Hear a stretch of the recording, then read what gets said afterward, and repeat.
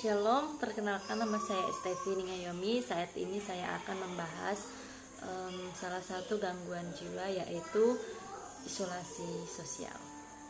Sebelum kita masuk pada isolasi sosial, mari kita melihat apakah definisi dari gangguan jiwa.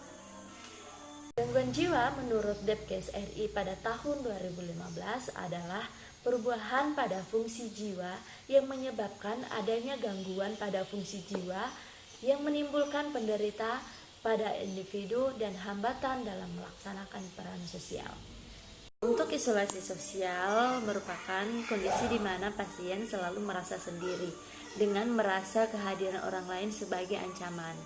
Nah, isolasi sosial ini adalah keadaan di mana seseorang individu mengalami penurunan atau bahkan sama sekali tidak mampu berinteraksi dengan orang lain di sekitarnya.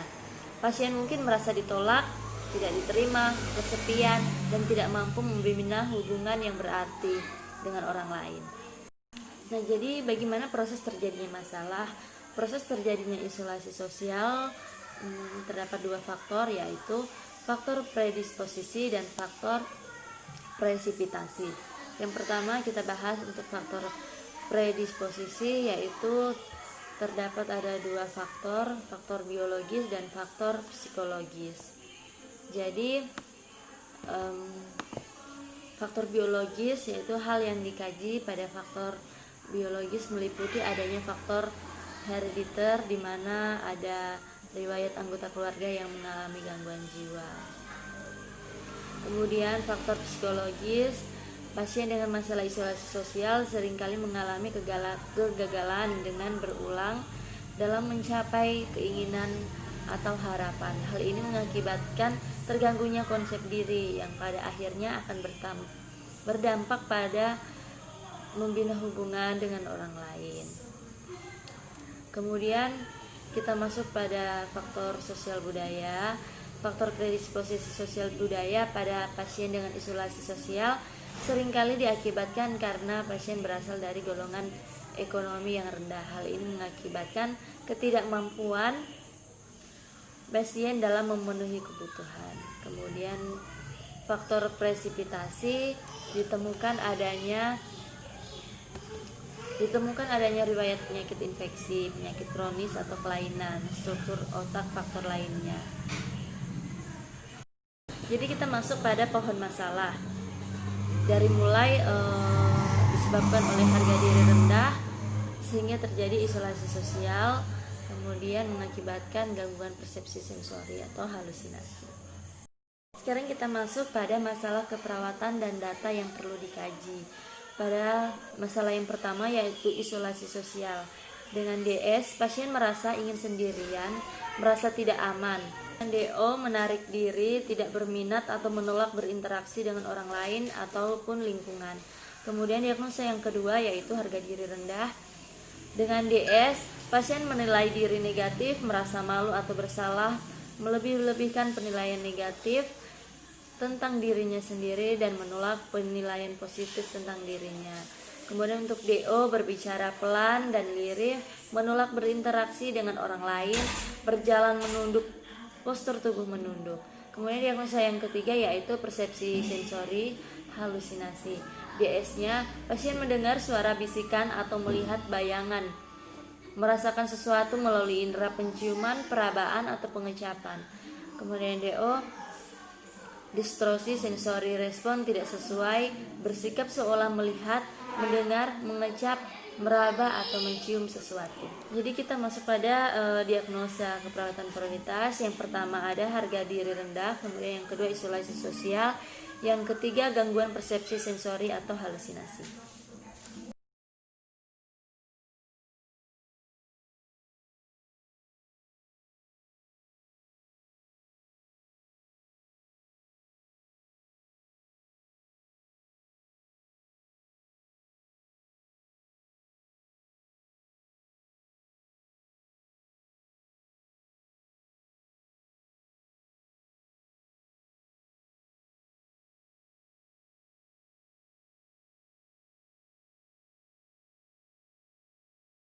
Jadi untuk intervensi yang kita berikan yaitu yang pertama identifikasi harapan untuk pengendalian perilaku, yang kedua jadwalkan kegiatan terstruktur, yang ketiga tingkatkan aktivitas fisik sesuai dengan kemampuan, yang keempat bicara dengan nada rendah dan tenang, yang kelima beri penguatan positif terhadap keberhasilan pengendalian perilaku. Kemudian yang keenam hindari sikap menyudutkan dan menghentikan pembicaraan. Informasi kepada keluarga bahwa keluarga sebagai dasar pembentukan kognitif. Kemudian diagnosa yang kedua yaitu isolasi sosial. Setelah dilakukan tindakan keperawatan, diharapkan keterlibatan sosial meningkat dengan kriteria hasil, minat interaksi meningkat, minat terhadap aktivitas meningkat, verbalisasi ketidaknyamanan di tempat umum menurun, perilaku menarik diri menurun. Kemudian intervensi yang kita berikan yaitu yang pertama identifikasi hambatan melakukan interaksi dengan orang lain, yang kedua motivasi berpartisipasi dalam aktivitas baru dan kegiatan kelompok, yang ketiga motivasi berinteraksi di luar lingkungan, misalnya jalan-jalan ke toko buku, yang keempat diskusikan perencanaan kegiatan di masa depan, yang kelima anjurkan berinteraksi dengan orang lain secara bertahap, yang keenam anjurkan ikut serta kegiatan sosial dan kemasyarakatan, yang ketujuh anjurkan membuat perencanaan kelompok kecil untuk kegiatan khusus, yang kedelapan latih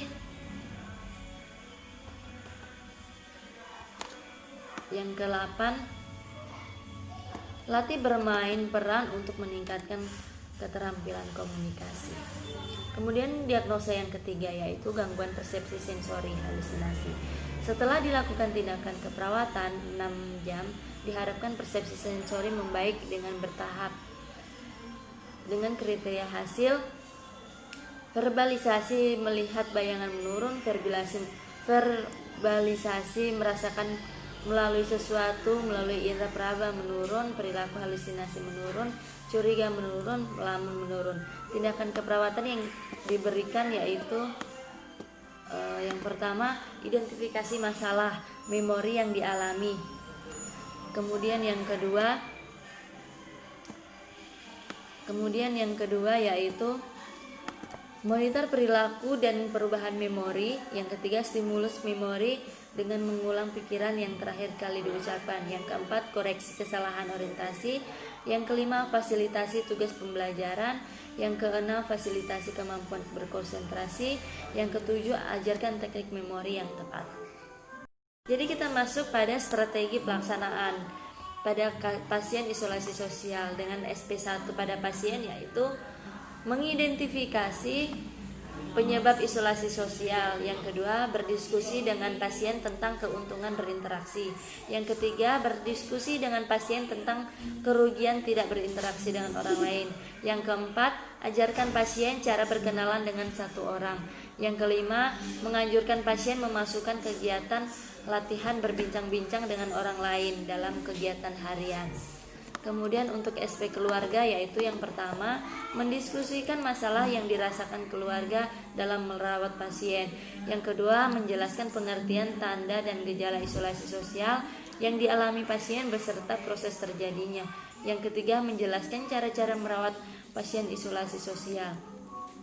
Kemudian untuk SP kedua pada pasien yaitu yang pertama mengevaluasi jadwal kegiatan harian pasien.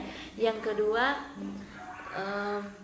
memberikan kesempatan kepada pasien mempraktekkan cara berkenalan dengan satu orang. Kemudian yang ketiga membantu pasien memasukkan kegiatan berbincang-bincang dengan orang lain sebagai salah satu kegiatan harian. Kemudian sekarang untuk SP 2 keluarga, yang pertama yaitu melatih keluarga mempraktekkan cara merawat pasien dengan isolasi sosial.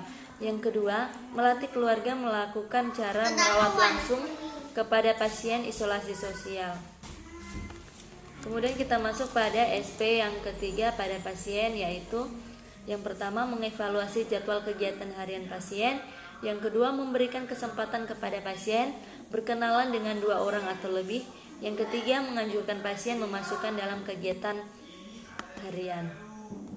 Untuk SP3 pada keluarga yaitu yang pertama membantu keluarga membuat jadwal aktivitas di rumah termasuk minum obat. Yang kedua menjelaskan follow up pasien setelah pulang. Itulah penjelasan singkat dari masalah gangguan jiwa yaitu isolasi sosial.